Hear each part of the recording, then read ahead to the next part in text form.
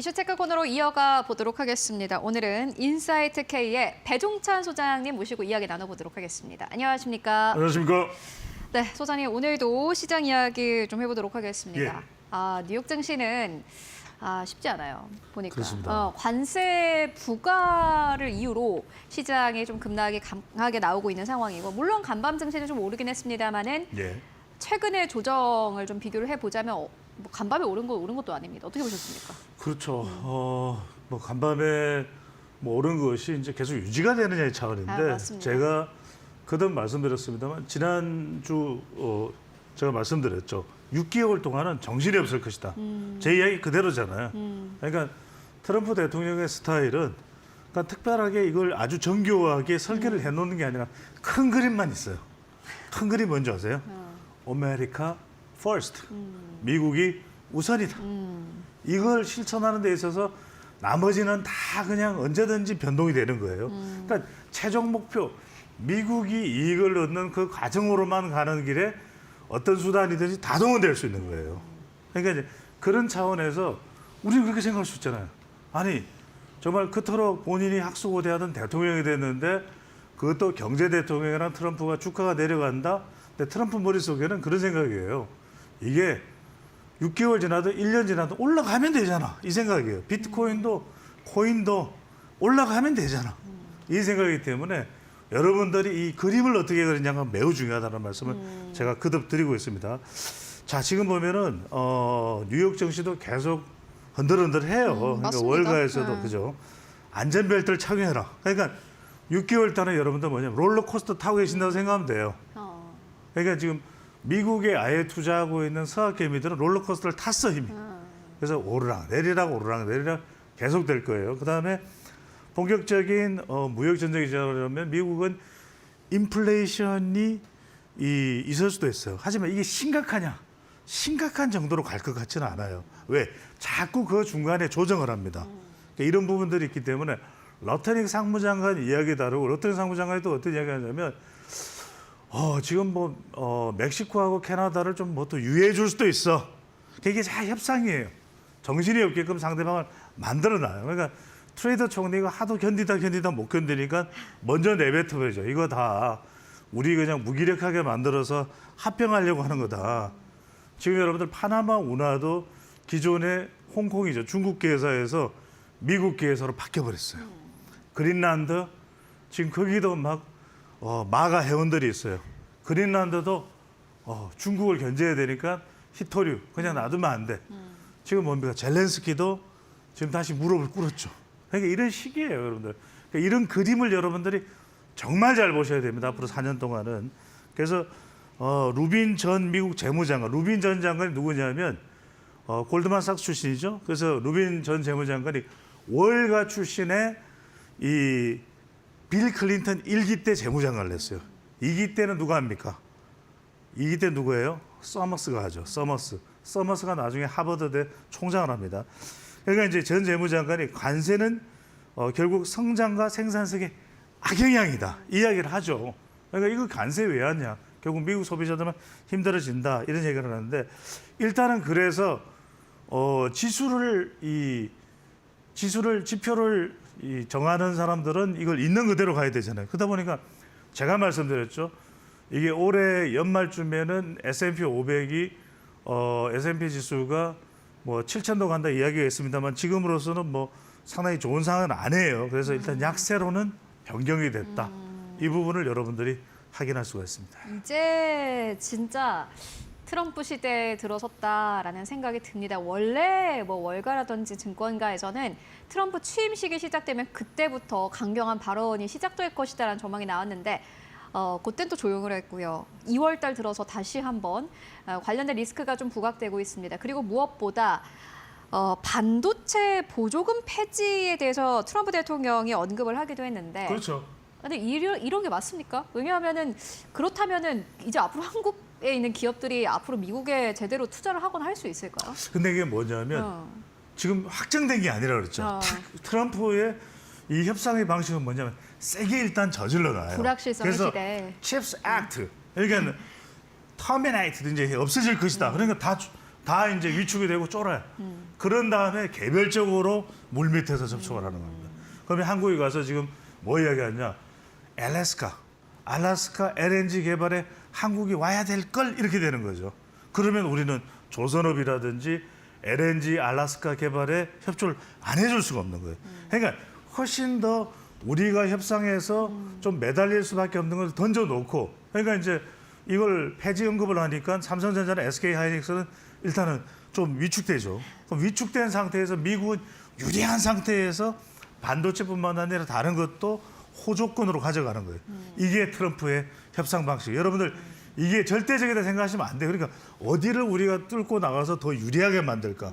분명히 이런 상황에서도 이득을 보는 나라, 이익을 보는 기업은 있다는 거예요. 그러니까 그 자리를 우리가 차지할 필요가 있다. 그런 점에서 지금 보복 관세도 어떻게 이야기를 하냐면 4배나 관세를 지금 많이 물린다. 전혀 여러분들 사실이 아닙니다.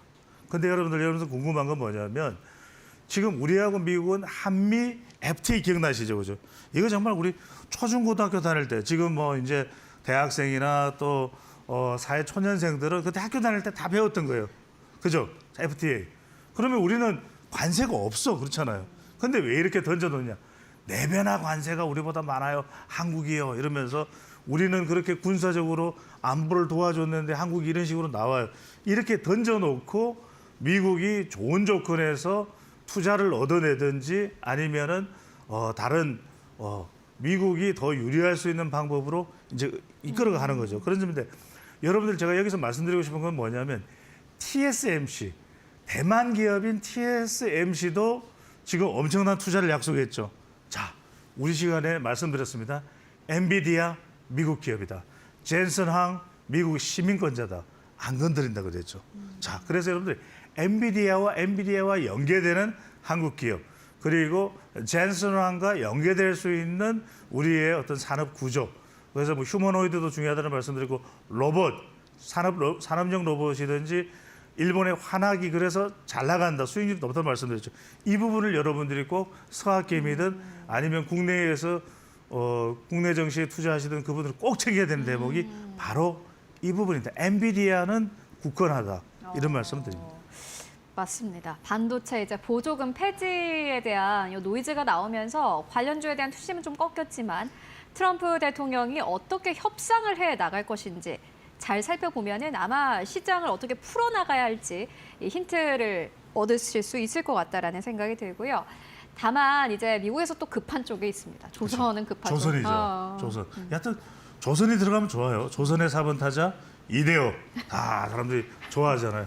근데 이거는 그 조선이 아니라 바로 조선소 배 만드는 조선입니다. 근데 지금 트럼프의 머릿속에는 자 일본과 한국과 일본에서도 동맹이기 때문에 미국의 군함이나 또 배를 만들 수 있다. 이렇게 지금 법안이 발의한 상태예요. 그런데 트럼프의 발언만 놓고 보면 미국 조선이 발전해야 된다. 그러니까 이 이야기는 여러분들 주목하셔야 되는 것이 자 우리 국내 기반을 두고 있는 대형 조선사지만 미국과 연계되어 있는 하나오션, 미국의 필리조선소 인수를 했죠.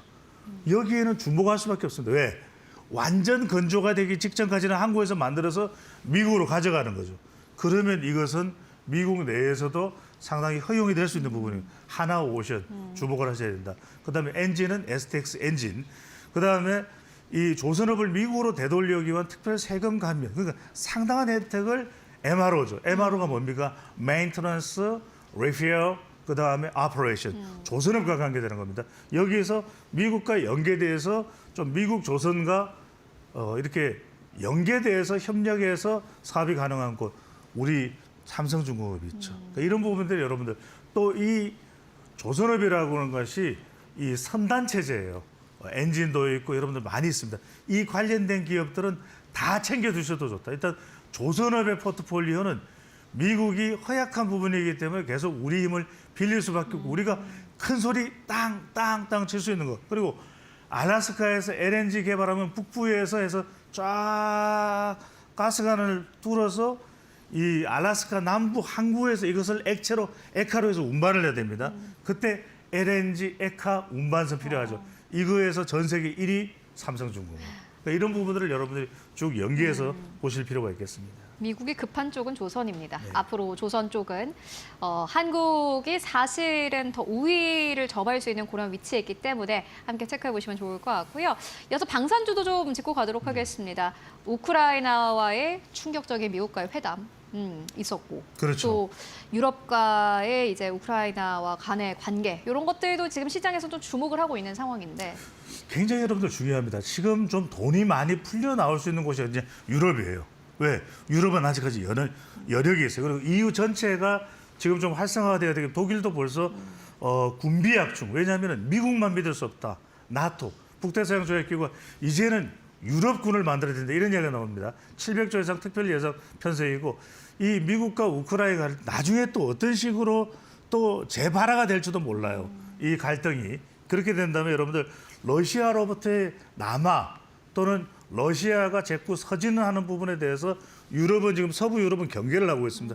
이런 부분에 군비 약충하면서 아시아 쪽에 경쟁력이 있는 국가 한국이고 일본이겠죠. 이탈리아 쪽은 또 일본과의 협력이 있습니다. 이런 부분에 대해서 돈을 많이 쓰겠다 이런 이야기를 하고 있기 때문에 최근에 현대로템, 하나 에어로스페이스 잘 보시는 현대로템 쪽에 주목하시고 이 차량도 잘 팔려요. 그런데 또 하나 얼마 전까지만 해도 폴란드에서 K2 우리 전차, K2 전차 좀 비싼데 이랬단 말이에요. 최근에는 싹 달라졌어요. 이 군비를 확충해야 되니까.